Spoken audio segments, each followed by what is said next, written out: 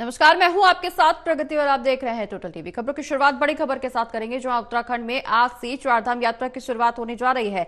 आज केदारनाथ, गंगोत्री और यमुनोत्री धाम के कपाट खुलने जा रहे हैं। सुबह 7 बजे केदारनाथ धाम के कपाट खुलेंगे। अब से कुछ ही देर में केदारनाथ धाम के कपाट खुलने वाले हैं। यमुनोत्री धाम के कपाट सुबह 10:29 पर खुलेंगे। वहीं गंगोत्री धाम के कपाट सुबह 12:25 पर खुलते हुए नजर आएंगे। केदारनाथ कपाट खुलने के मौके पर सीएम धामी भी मौके पर मौजूद रहेंगे। तो बड़ी खबर आपको बता दें, जहां उत्तराखंड में आज से चारधाम यात्रा की शुरुआत हो रही है। बता दें कि आज से केदारनाथ, गंगोत्री और यमुनोत्री धाम के कपाट खुलेंगे। सुबह 7 बजे यानी अब से कुछ ही देर में केदारनाथ धाम के कपाट खुलेंगे। वहीं यमुनोत्री धाम के कपाट सुबह 10:29 पर खुलेंगे। गंगोत्री धाम के कपाट 12:25 पर खुलेंगे और इस दौरान सीएम धामी भी मौके पर मौजूद नजर आएंगे।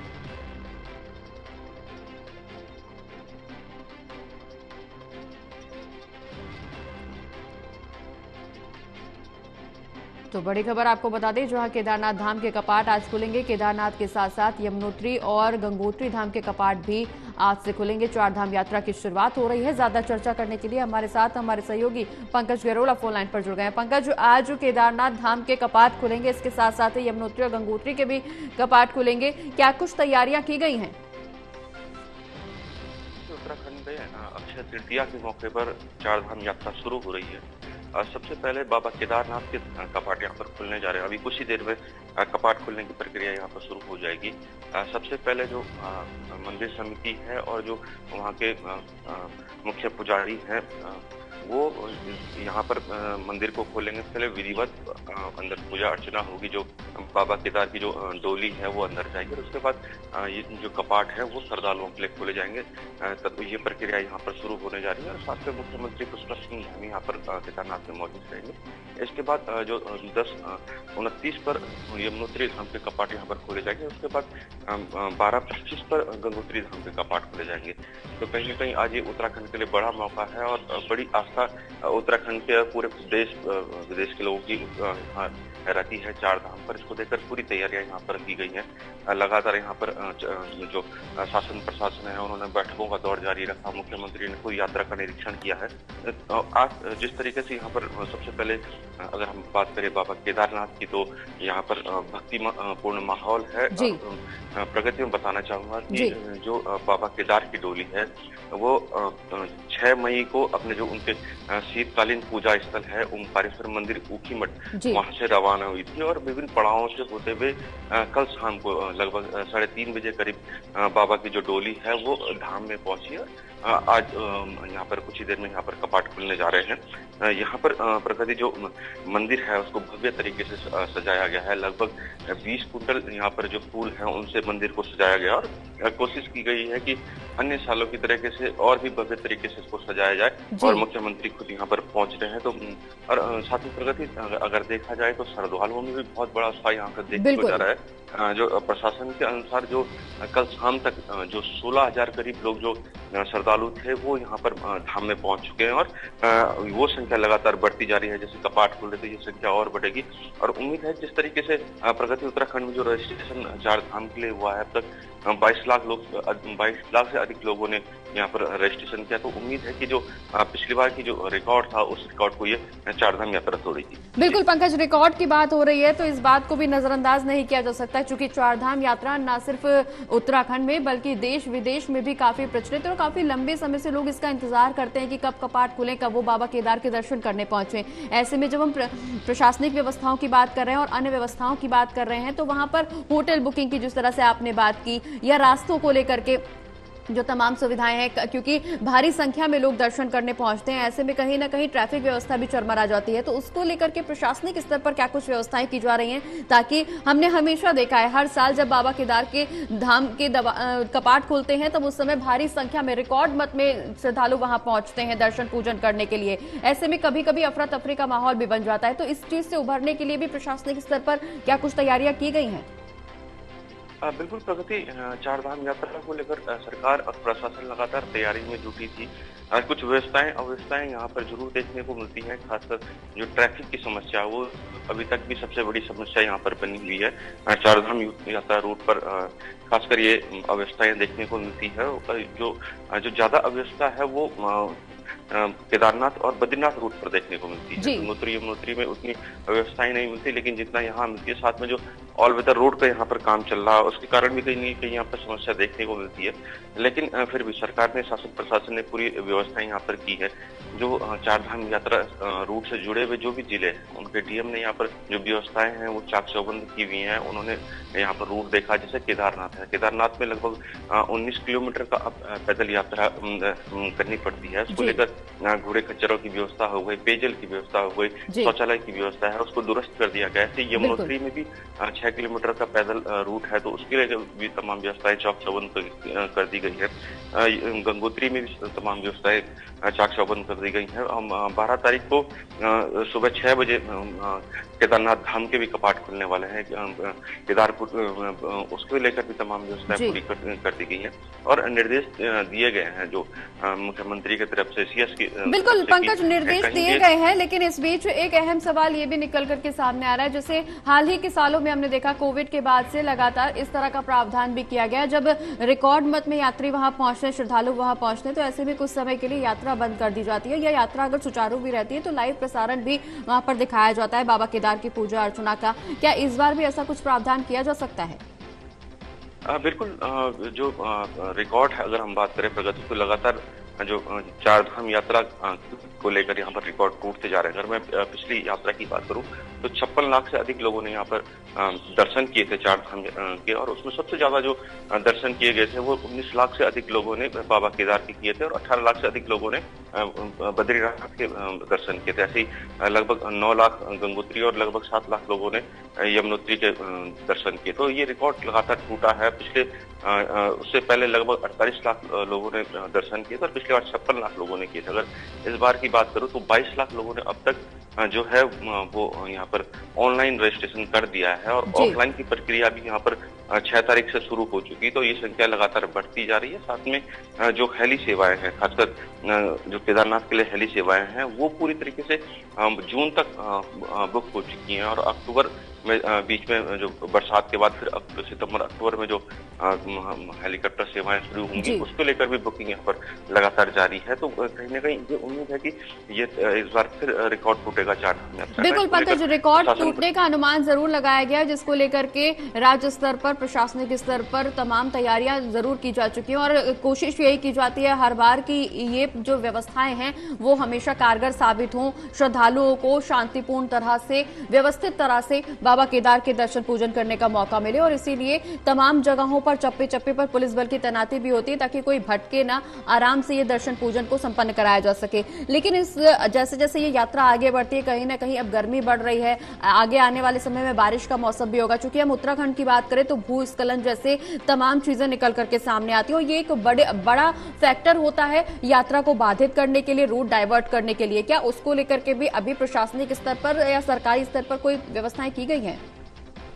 बिल्कुल प्रगति, कहीं ना कहीं जो चारधाम यात्रा है इसको लेकर ये उत्तराखंड की जो रीढ़ की हड्डी से कहेंगे आर्थिक का, और यही सबसे बड़े आय का जरिया उत्तराखंड का है और सबसे बड़ा पर्यटन का जरिया चारधाम यात्रा है। और जिस तरीके से यहाँ पर लगातार संख्या बढ़ रही है तो उसको लेकर यहाँ पर शासन प्रशासन जो मुख्यमंत्री हैं या चीफ सेक्रेटरी हैं वो लगातार यहाँ पर बैठक लेते आए हैं। चीफ सेक्रेटरी ने परसों भी यहाँ पर बैठक ली है।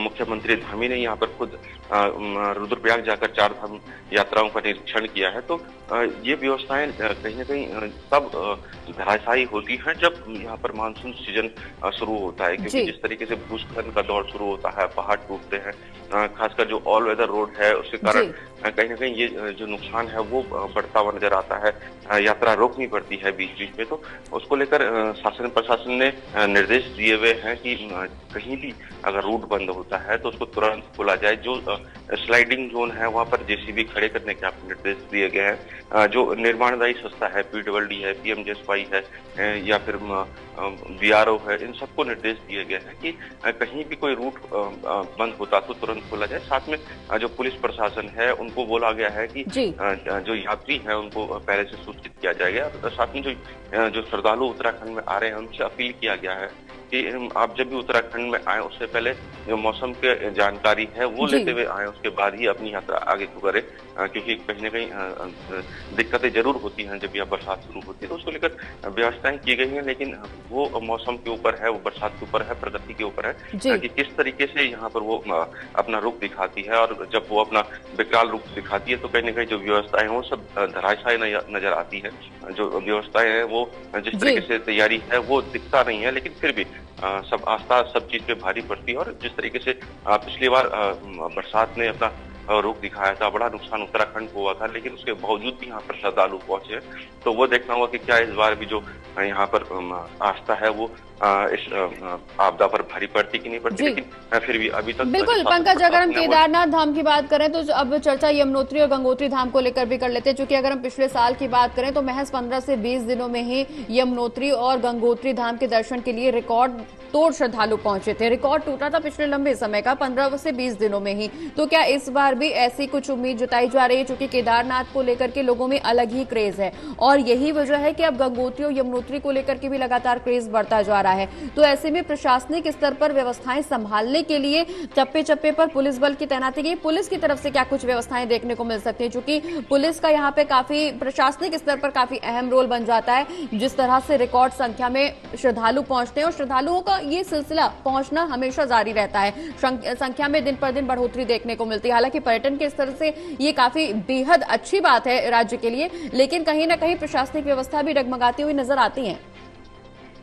बिल्कुल प्रगति, अगर हम गंगोत्री, यमुनोत्री और केदारनाथ की बात करें तो पिछले साल का जो रिकॉर्ड था वो उससे पहले सालों में टूटा है। अगर हम पिछले साल की बात करें तो जो केदारनाथ में सबसे रिकॉर्ड यहाँ पर श्रद्धालु पहुंचे हैं। उससे पुरानी जो चार धाम यात्राएं हुई हैं 22 में, उससे पहले जो यात्राएं हुई हैं उसमें जो सबसे ज्यादा श्रद्धालु पहुंचते थे वो बद्रीनाथ पहुंचते थे। लेकिन पिछली बार का हम जो रिकॉर्ड देखें लगभग 19.5 लाख से अधिक लोग यहाँ पर केदारनाथ पहुंचे हैं और 18 लाख के लगभग लोग बद्रीनाथ पहुंचे। तो जो एक अंतर है वो कहीं ना कहीं ये दिखाता है कि लोगों की जो श्रद्धा है वो केदारनाथ देखने को बढ़ रही है। क्योंकि एक तो बाबा केदार जिस तरीके से प्रधानमंत्री मोदी लगातार वहां पहुंचे हैं, उन्होंने वहां पर भव्य केदारपुरी का यहाँ पर निर्माण कराया है, पूरा निर्माण कार्य आज भी जारी है।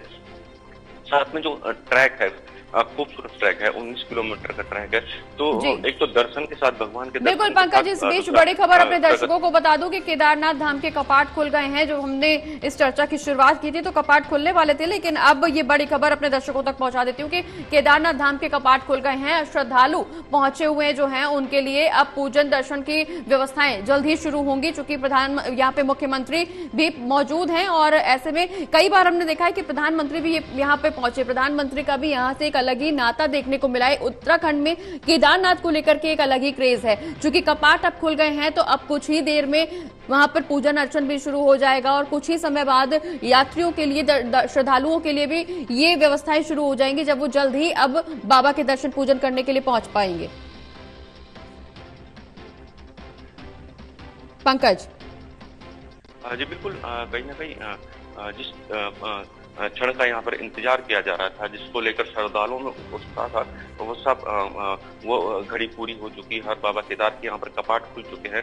मुख्यमंत्री पुष्कर सिंह धामी खुद यहाँ पर मौजूद हैं। जो बद्री केदार समिति के अध्यक्ष हैं अजेंद्र अजय वो मौजूद हैं और बद्री केदार समिति के तमाम यहाँ पर जो सदस्य हैं वो मौजूद हैं। यहाँ के स्थानीय विधायक मौजूद हैं। जिस तरीके से प्रगति में बता रहा था कि कल जो शाम तक लगभग श्रद्धालु केदारपुरी पहुंच चुके थे और उम्मीद है कि ये सुबह तक जो ये आंकड़ा है 20 से 22 हजार हो जाएगा। और जिस तरीके से यहाँ पर भक्तिपूर्ण माहौल बना हुआ है वो उत्साह देखने को मिलता है। आर्मी बैंड यहाँ पर मौजूद है। श्रद्धालुओं में जो उत्साह, खासकर जो प्रगति अगर देखा जाए तो कपाट खुलने का अपना ही अलग एक उत्साह होता है। बड़ी संख्या में लोग कोशिश करते हैं कि हम पहले दिन ही भगवान केदारनाथ के दर्शन करें, उनका आशीर्वाद प्राप्त करें। उसको देख ये उत्साह साफ दिख रहा है। जिस तरीके से कुछ हम लगातार देख रहे हैं कि अगर यहाँ पर जिस तरीके से आशा प्रधानमंत्री मोदी ने यहाँ पर दिखाई है उस हिसाब से यहाँ पर निर्माण कार्यों पे तेजी आई है। यहाँ पर आस्था पथ यहाँ पर निर्माण किया गया है। आदि गुरु शंकराचार्य की यहाँ पर समाधि स्थल का निर्माण किया गया है। ध्यान केंद्र यहाँ पर बनाया गया है। ओमकार यहाँ पर स्थापित किया गया। तो एक अलग से एक भव्य केदारपुरी का जिस तरीके से निर्माण हुआ है, तो वो जाहिर करता है कि किस तरीके से यहाँ पर प्रधानमंत्री मोदी का यहाँ पर आस्था है। और प्रगति हमने देखा था जब 2019 का लोकसभा चुनाव हुआ था, तो जो अंतिम क्षणों में जब चुनाव चल रहा था, तो भगवान बद्रीनाथ केदारनाथ के दर्शन के लिए प्रधानमंत्री यहाँ पहुंचे थे और एक दिन पूरा उन्होंने केदारनाथ में यहाँ पर डेरा डाला था। उसके बाद लगातार अगर हम देखें तो हर साल लगभग यहाँ पर प्रधानमंत्री यहाँ पर मोदी पहुंचते हैं।